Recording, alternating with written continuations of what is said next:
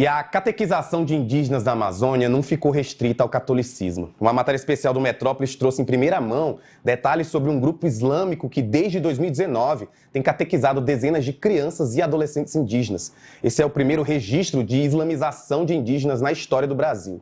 Além da doutrinação em território brasileiro, esses adolescentes são levados de suas comunidades em São Gabriel da Cachoeira, que é a cidade mais indígena do Brasil, e enviados para Manaus, com parada em São Paulo e destino final na Turquia, quando completam a maioridade. A reportagem do Metrópolis foi até São Gabriel da Cachoeira, Manaus e São Paulo, conversou com 18 pessoas e andou mais de 6.000 quilômetros para entender melhor essa história e revelar o funcionamento dessa nova forma de catequização.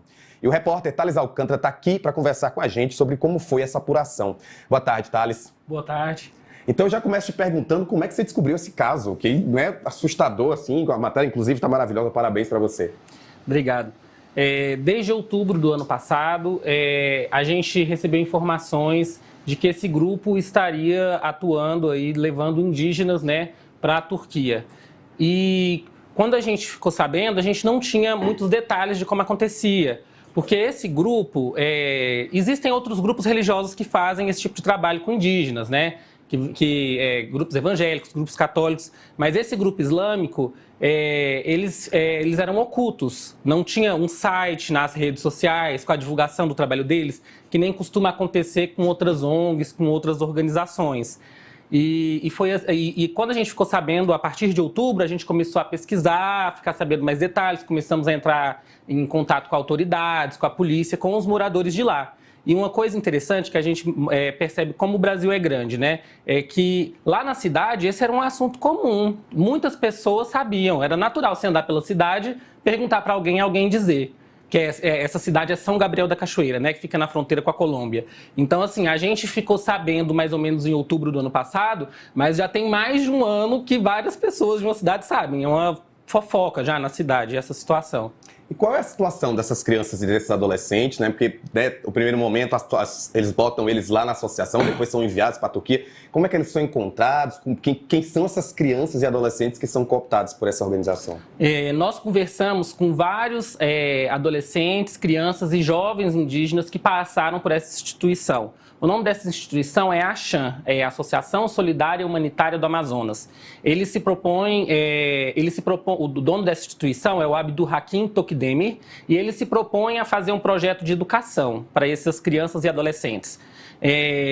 Só que, na verdade, realmente existe uma proposta de educação. Eles vão para escolas na Turquia, existem essas escolas, você encontra elas nas redes sociais. A gente conversou com jovens que estão na Turquia, eles têm redes sociais, eles postam as fotos lá, conversam com os pais deles.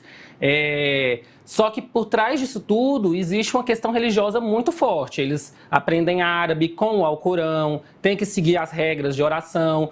Alguns deles já se dizem convertidos ao islamismo.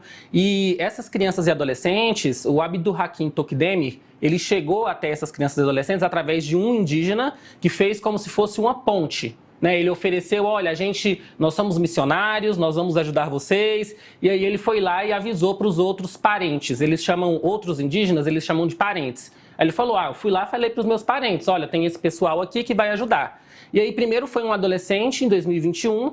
Aí esse adolescente foi para a Turquia, postou fotos lá, né, demonstrou, Tá tudo bem. Tô bem, mas a gente não sabe ainda todos os detalhes, né? A polícia está investigando. É isso também que me vem essa dúvida. São feitas promessas para essas crianças, para essas famílias, porque a gente vê que você esteve lá, né? Você viu que a situação realmente é de muita carência na cidade. Que tipo de coisa eles oferecem para justificar essa mudança, né? Porque você sair do interior do Amazonas para a Turquia sendo, né, é um processo complicado, né? Muitas promessas, muitas promessas.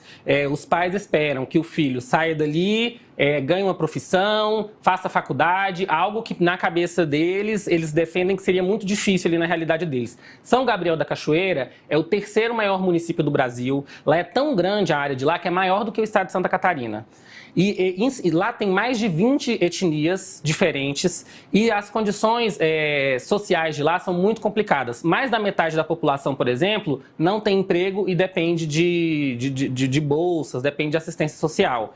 Então é uma situação realmente difícil. Em alguns lugares, quando o pessoal não tem acesso a a roça e a pesca chega às vezes a ter problema com a alimentação.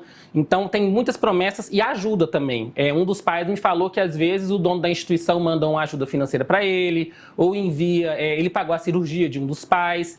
Mas uma coisa que eu acho interessante é que quando eu fui para lá, eu fui com um preconceito, a partir do que eu conversei com as autoridades, com conselheiros tutelares, eu fui com um preconceito de achar que os pais talvez seriam pessoas totalmente sem conhecimento, iludidas que entregam seus filhos. Mas o que a gente percebe é que ali minimamente eles tentam exercer algum tipo de controle, eles conseguem falar com o filho no celular.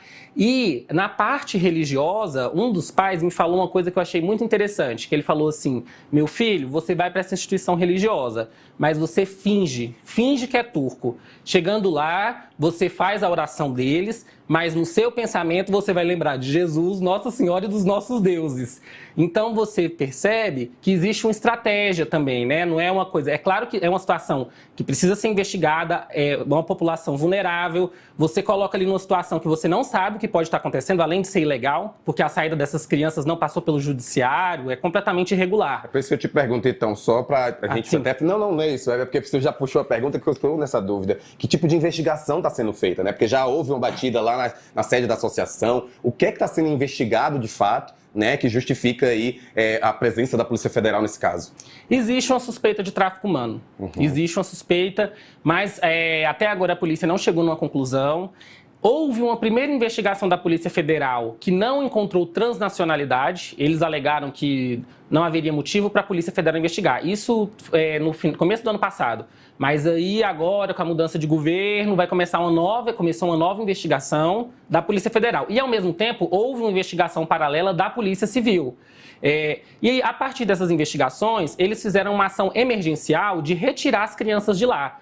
Uma ação coordenada pela FUNAI, pelo Ministério dos Direitos Humanos, junto com os conselheiros tutelares lá da região. Eles tiraram as crianças de lá, porque estava ilegal a forma como elas estavam, tinha problemas de alimentação, tinha carne vencida, comida insuficiente, segundo os conselheiros, além da questão de documentação. As crianças não podiam estar lá, você não pode, mesmo que o pai queira, você não pode pegar uma criança e institucionalizar ela sem passar pela justiça.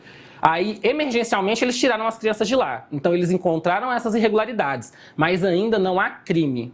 Ainda não há um crime para dizer, não, é tráfico humano. Mas há essa matéria incrível que você escreveu. Eu convido você que entra no Metrópolis, a matéria está lá. Thales, muito obrigado, parabéns pelo trabalho.